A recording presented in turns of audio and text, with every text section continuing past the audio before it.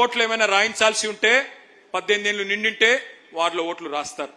మూడోది, ఎవరన్నా కూకట్పల్లి నుంచి వేరే కాడికి మైగ్రేట్ అయిపోయినారనుకో, చదువు కోసమో ఇంకో దానికోసమో కూకట్పల్లి నుంచి ఎల్బీ నగర్ పోయినారనుకో, వాళ్ళ ఓటు ఇక్కడి నుంచి అక్కడికి ట్రాన్స్ఫర్ అవుతుంది.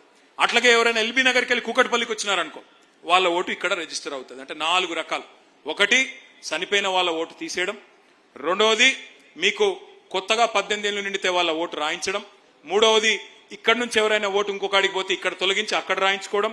నాలుగవది, ఎవరైనా కొత్తగా ఓటు ఇక్కడికి వస్తే వారి ఓటు ఇక్కడ రాయించి ఒరిజినల్ గా ఎక్కడైతే ఉన్నారో దాన్ని తొలగించడం. అయితే ఇందులో ఒక చాలా ఇంపార్టెంట్ పాయింట్ మీకు ఇక్కడ ఎక్స్ప్లెయిన్ చేయాలి. ప్రతి ఒక్కరు కూడా ఒక ఎన్యూమరేషన్ ఫారం నింపాల్సి ఉంటుంది. మీ గతంలో ఓటు ఉండొచ్చు. ఇప్పుడు కృష్ణారావు గారు ఉన్నారు.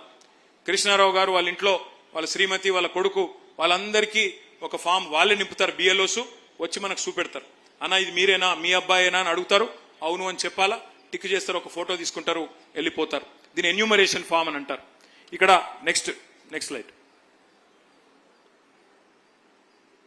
మొత్తం తెలంగాణలో ఇది చాలా ఇంపార్టెంట్ స్లైడ్, దయచేసి మీరు చూడాలి. ఈ రోజు ఈ నిమిషానికి 3.39 కోట్ల ఓట్లు ఉన్నాయి తెలంగాణలో అని ఎలక్షన్ కమిషన్ వెబ్సైట్ చెప్తా ఉన్నది. మొత్తం పోలింగ్ బూతులు ఎన్ని ఉన్నాయంటే 35,985 మొత్తం రాష్ట్రంలో.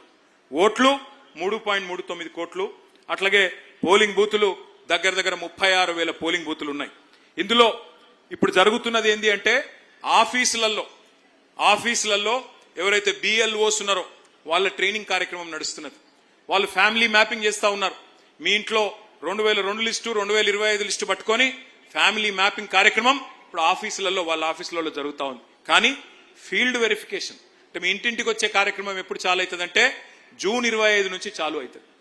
జూన్ 25 నుంచి జూలై 24 దాకా ఇంటింటికి వచ్చే కార్యక్రమం అధికారులు ఆ కార్యక్రమం జరుగుతుంది. ఇక్కడనే మరి మన పార్టీ తరఫున కూడా బూత్ లెవెల్ ఏజెంట్లను మనం అపాయింట్ చేసుకున్నాం. ఆ బూత్ లెవెల్ ఏజెంట్ల కార్యక్రమం, బూత్ లెవెల్ ఎవరెవరైతే ఏజెంట్స్ ఉన్నారో వారు కార్యక్రమం ఏంటి, వాళ్ళ పాత్ర ఏందో నేను మళ్ళీ చెప్తాను. జూన్ 25 చాలు అయి జూలై 24 దాకా ఈ కార్యక్రమం కొనసాగుతుంది. జూలై 24 నుంచి మీరు అభ్యంతరాలు చెప్పాల్సింది మరి 30 ఆగస్టు దాకా మీరు అభ్యంతరాలు చెప్పొచ్చు, అభ్యంతరాలు సమర్పించవచ్చు 30 ఆగస్టు దాకా.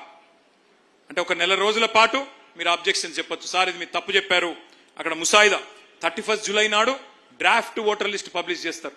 ఏ డివిజన్లో ఎన్నున్నాయి ఓట్లు, ఎంతమందిని లెక్కించినాము.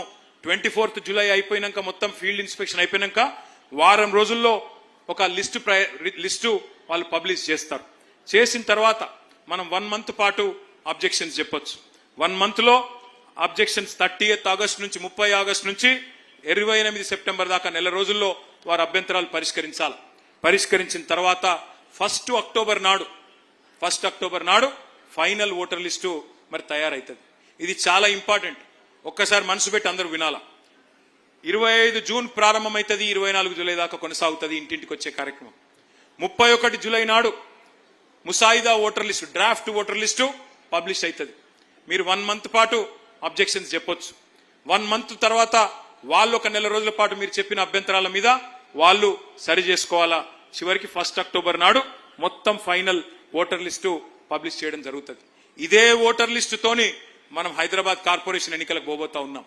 కాబట్టి ఎవరెవరైతే కార్పొరేటర్ కావాలనుకుంటున్నారో, ఎవరెవరైతే కార్పొరేటర్లు ఇప్పుడు ఉన్నారో మాజీ కార్పొరేటర్లు, మీ మీద బాధ్యత ఎక్కువ ఉంటుంది. మీరు దయచేసి ఏ ఒక్క అర్హుడి ఓటు, ఏ ఒక్క నిజాయితీ పరుడైన ఓటు, ఉండాల్సిన వ్యక్తి ఓటు పోకుండా కాపాడుకునే బాధ్యత మీది అనే మాట నేను విజ్ఞప్తి చేస్తా ఉన్నా. ఎందుకంటే మనం చూస్తున్నాం బెంగాల్లో 95 లక్షల ఓట్లు పోయినాయి. అందులో 27 లక్షల మంది పోయి కోర్టులో కొట్లాడుతున్నారు. 27 లక్షల మంది కొట్లాడుతున్నారు కోర్టులో మాకు అన్యాయం జరిగింది అని. బీహార్లో 65 లక్షల ఓట్లు పోయినాయి, తొలగించారు. అందులో దాదాపు 10 లక్షల మంది కోర్టులో కొట్లాడుతారు.